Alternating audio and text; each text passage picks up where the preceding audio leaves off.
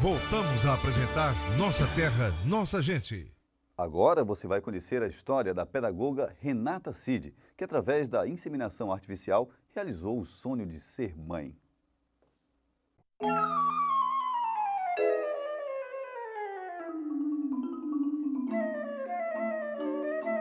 Um casamento lindo, um marido amoroso.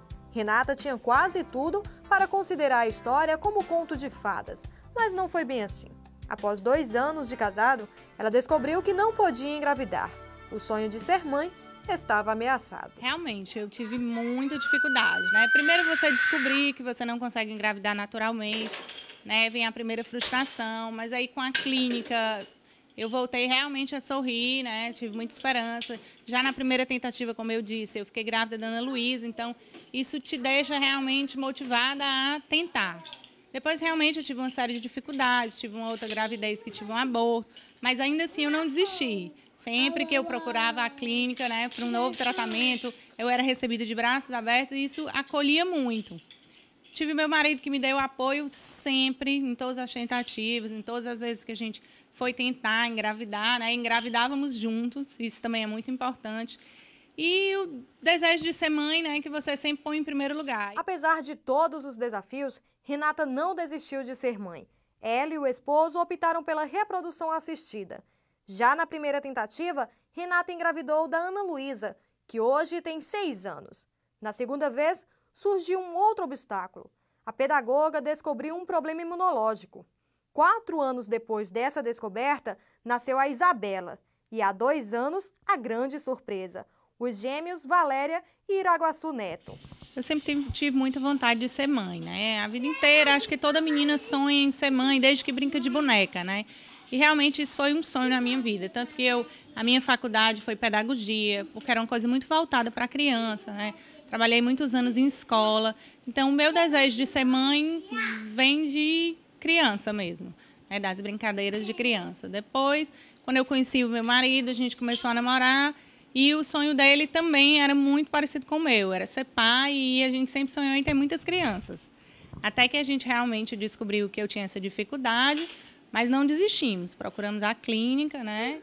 A falta de uma lei específica para a prática da reprodução assistida foi preenchida com uma nova resolução do Conselho Federal de Medicina, em vigor desde o dia 9 de maio. Bom, tiveram algumas mudanças, principalmente em relação ao limite de idade para a gente estar fazendo tratamento para mulheres que desejam engravidar. Antes não existia um limite nessa idade, a gente fazia uma avaliação individual de cada caso e aí, a depender da condição clínica daquela mulher para suportar uma gestação, tomava essa decisão e aconselhava ou não a realização do tratamento. Nessa nova resolução, definiu a idade limite para a mulher de 50 anos. Tá? Então, tanto mulheres que desejariam engravidar utilizando seus próprios óvulos, que já era bem mais difícil, quanto mulheres que vão utilizar óvulos de uma doadora, limitou-se aos 50 anos. Né? Recentemente, a gente teve alguns casos, eu acho que até em Santos, em São Paulo, de mulheres com mais de 60 anos que tiveram uma gestação e os bebês nasceram. Mas isso põe um risco à saúde daquela mulher. Então, por conta disso, o Conselho Federal de Medicina limitou em 50 anos. Isso eu acho que foi um lado bom da resolução. Para esse especialista, a principal mudança está na regulamentação quanto à doação de óvulos. A partir de agora, uma mulher que não conseguir produzir óvulos pode ajudar financeiramente outra mulher capaz de ovular, mas com dificuldades de engravidar, a fazer o tratamento reprodutivo. Em troca, ela recebe a doação de um óvulo. É melhor, porque as regras foram bem estabelecidas e a cada dia na nossa prática, na reprodução humana, a ciência sempre vai estar um pouco à frente da parte jurídica, das resoluções. Então, o Conselho tenta se manter atual, publicando essas resoluções.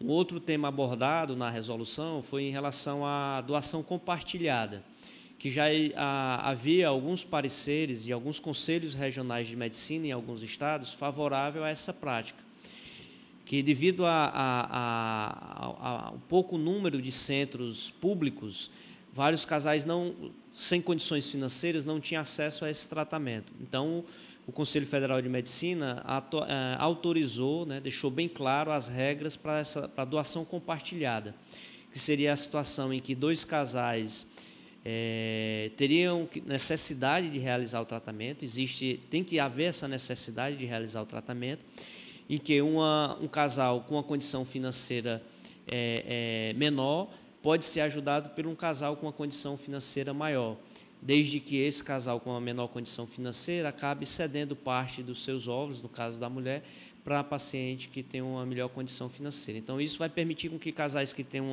não teriam acesso à assistência na área, porque não existe, principalmente no nosso estado, não existe um serviço público que possa dar uma assistência a esses casais agora vão ter acesso a essa assistência nas clínicas privadas, sendo ajudados por outros casais de uma melhor condição financeira.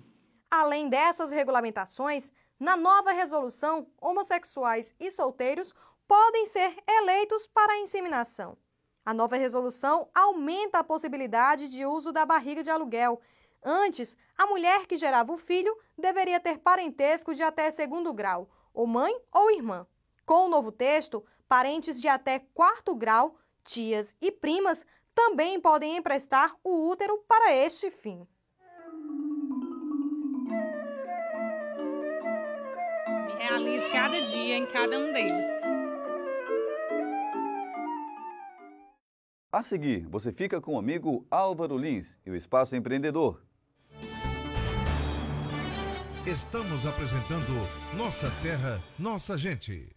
Nesta sexta, dia 24, às 9 horas da manhã, a Câmara Municipal de Fortaleza realizará uma audiência pública para cobrar das autoridades públicas o repasse dos colírios para os 50 mil portadores de glaucoma do Ceará. Sem o colírio, não há como controlar a perda da visão dos portadores do glaucoma. A Câmara Municipal de Fortaleza fica na rua Thompson Bulcão 830, esquina com a Avenida Rogaciano Leite. E no sábado, dia 25, de 8 da manhã ao meio-dia, acontecerá no Hospital Geral de Fortaleza um mutirão de atendimento aos portadores do glaucoma.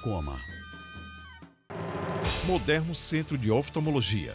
Exames e diagnósticos de doenças oculares. Cirurgias de catarata por facoemulsificação segura e rápida recuperação. Referência na atenção aos portadores de glaucoma. Rede Bioclínica.